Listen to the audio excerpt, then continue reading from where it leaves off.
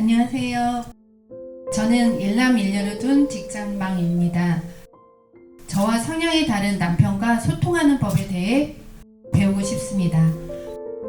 저는 감정형이고 신랑은 사고형입니다. 이번에 제가 유사암 진단으로 수술을 받고 집에 왔을 때 마음이 울적하고 심란하여 집안일을 정신없이 했습니다. 일을 도와주지 않는 모습에 제가 순간 울컥해서 부부싸움을 했습니다.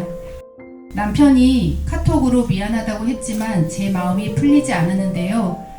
남편한테 에너지를 받고 저도 남편에게 에너지를 주는 티키타카를 하고 싶은데 에너지를 계속 뺏기고 있는 것 같습니다. 남편하고 소통하며 에너지를 잘 유지할 수 있는 방법이 있는지 궁금합니다.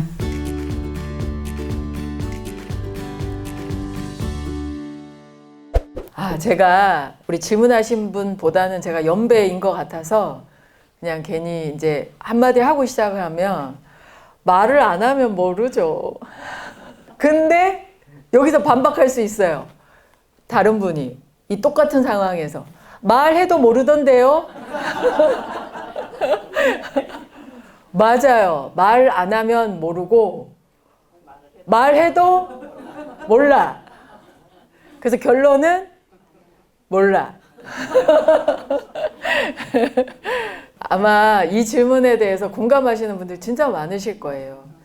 제가 남자 여자를 이렇게 딱 가르는 건 아닌데 그래도 이렇게 대부분의 성향적으로 보면 이게 이제 한 가지에 몰두를 하면 다른 것들은 전혀 인지가 안 되는 게 보면 좀 남자의 성향이에요.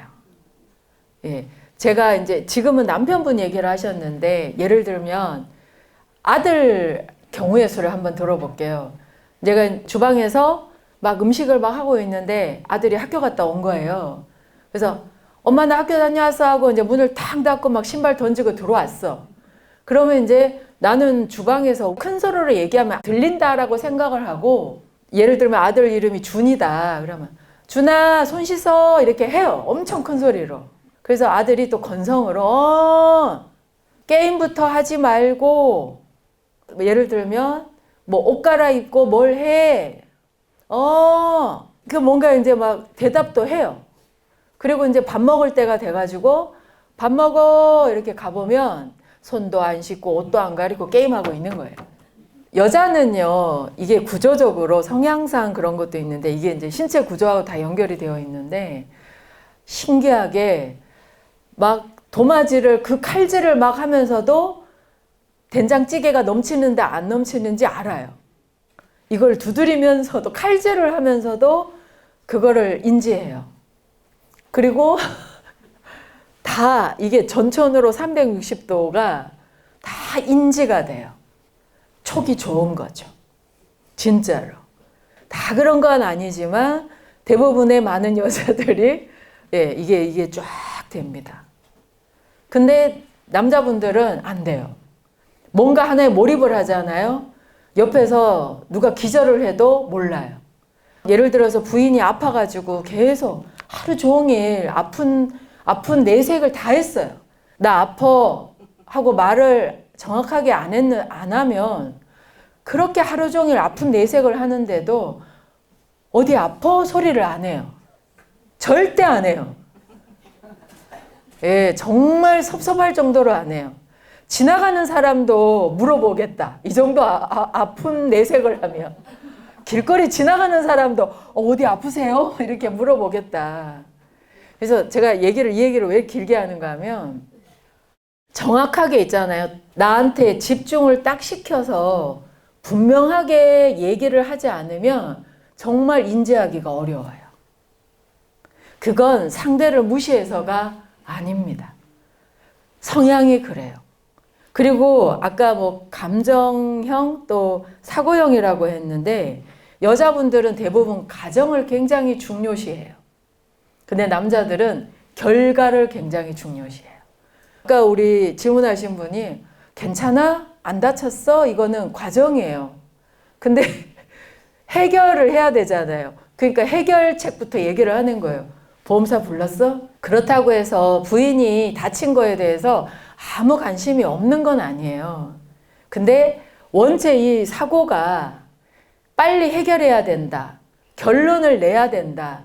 결과를 알려줘야 된다라는 그것이 이제 사고의 패턴이다 보니까 과정을 중요시하는 사람과 이 결과를 중요시하는 사람이 만나면 이제 말이 서로 이렇게 잘 맞지 않는 경우들이 참 많습니다. 그래서 대화는 있잖아요. 말을 하는 게 아닙니다, 여러분. 대화하자 이래 놓고는 말을 막 던져요, 막. 그렇죠. 막 면상에다가 말을 막 던져. 대화가 안 돼요. 막 말로만 던져요? 아니죠. 눈은 뭐 이미 뭐 용광로예요, 막. 막 레이저가 막 나가고 대화를 할 수가 없는 거예요. 그래서 대화는 말을 건네는 겁니다. 근데 여러분 건넨다라는 뉘앙스를 잘 한번 새겨보세요. 건넬 때 이걸 누구한테 줄 건지 상대를 정해야 돼요.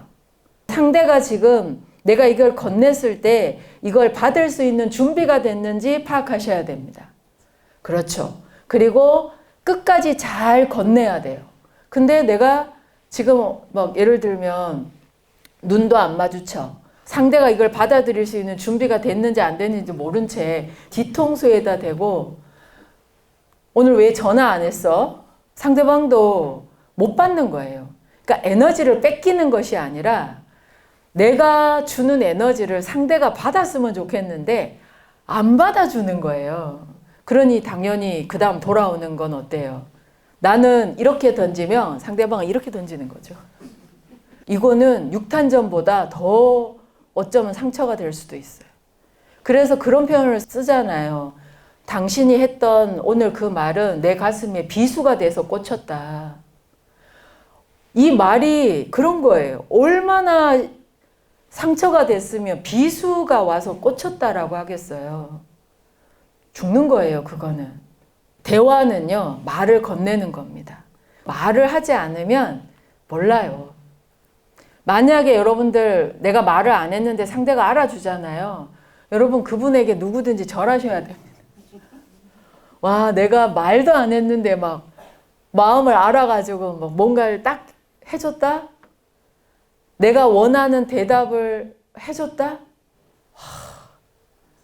진짜 감사해야 돼요. 정말 고마워요. 당연한 게 아니에요. 그렇다고 해서 상대가 내가 원하는 대답을 해주지 않는다고 해서 나를 사랑하지 않는 건 아닙니다. 맞춤형 노력이 필요한데요. 대화는 말을 건네는 거기 때문에 정확하게 봐야 돼요. 예를 들어서 상대방이 결론형이다, 해결형이다 라고 한다면 정확하게 핵심을 전달해야 돼요. 예를 들어서 내가 이제 병원 갔다 와서 근데 너무 힘들어요. 그러면 일단 감정을 빼야 돼요. 기름기를 좀 빼고 담백하게 이제 가서 남편이 왔어요. 왔다면 정확하게 얘기해야 돼요. 둘러치면 안 돼요. 거기에다가 말을 던지는 게 내가 아픈데 당신 진짜 1억이야? 이러면 이제 대화는 끝나요. 그날은 대화를 안 하는 게 나아요. 내가 오늘 병원 갔다 왔는데 병원에서는 이상 없다고 하는데 그래도 내가 너무 컨디션이 안 좋아. 당신 오늘 이거는 좀 도와줄래? 아니면 당신이 못 도와준다면 내가 이걸 할 수 없으니까 내가 다른 날 할게. 정확하게 얘기해야 되는 거예요. 내가 정확하게 힘들어. 어디가 아파. 그래서 이걸 좀 도와줘. 근데 이거를 뒤통수에 대고 얘기하면 못 받아요. 정확하게 눈을 보고 정확하게 얘기를 해요. 그래서 남자분들이 부인에 대해서 제일 곤욕스러워한 게 그거래요. 예를 들어서 내가 헤어스타일이 바뀌었어. 근데 짠 이렇게 나타나서 나 뭐 바뀐 거 없어? 이거는 숨은 그림 찾기보다 더 힘든 거예요. 그냥 나 오늘 머리 미용실 갔다 와서 머리 했는데 예뻐? 예, 괜찮아? 이러면 이렇게 정확하게 얘기를 해주는 거죠. 이렇게 얘기하면 100% 정말 남이지 않는 이상 예뻐, 괜찮아, 어울리네 해요. 근데 뭔가 애매한 예를 들면 막 콩알만한 귀걸이 이렇게 달고 나타나서 콩알보다 더 작아. 그런 거 이렇게 하고 나타나서 뭔가 달라진 거 없어? 이렇게 얘기하면 뭐지? 헤어스타일은 똑같은 것 같은데 화장? 뭐지? 장신구인가? 오친가? 막 갈등을 막 하다가 대답을 못 해요. 그러면 이제 또 마음이 상하는 거예요. 여러분들 중간중간 웃으시는데 우리 집에 와보셨나? 우리 부부가 대화하는 걸 어떻게 사랑의 표현법은 다른 것 같아요. 그래도 말은 건네는 거. 예, 여러분 특히 부부지간에 던지지 마십시오. 내가 이렇게 던지면 상대는 이렇게 던지면 풀스윙으로 날라옵니다. 네. 그래서 말은 손에서 손으로, 마음에서 마음으로, 눈에서 눈으로, 예, 건네는 것이다. 이렇게 해서 맞춤 노력을 한다면 조금 더 지혜로운 결혼 생활이 되지 않을까 싶습니다. 여러분들 도움이 되셨을까요? 네. 네, 감사합니다.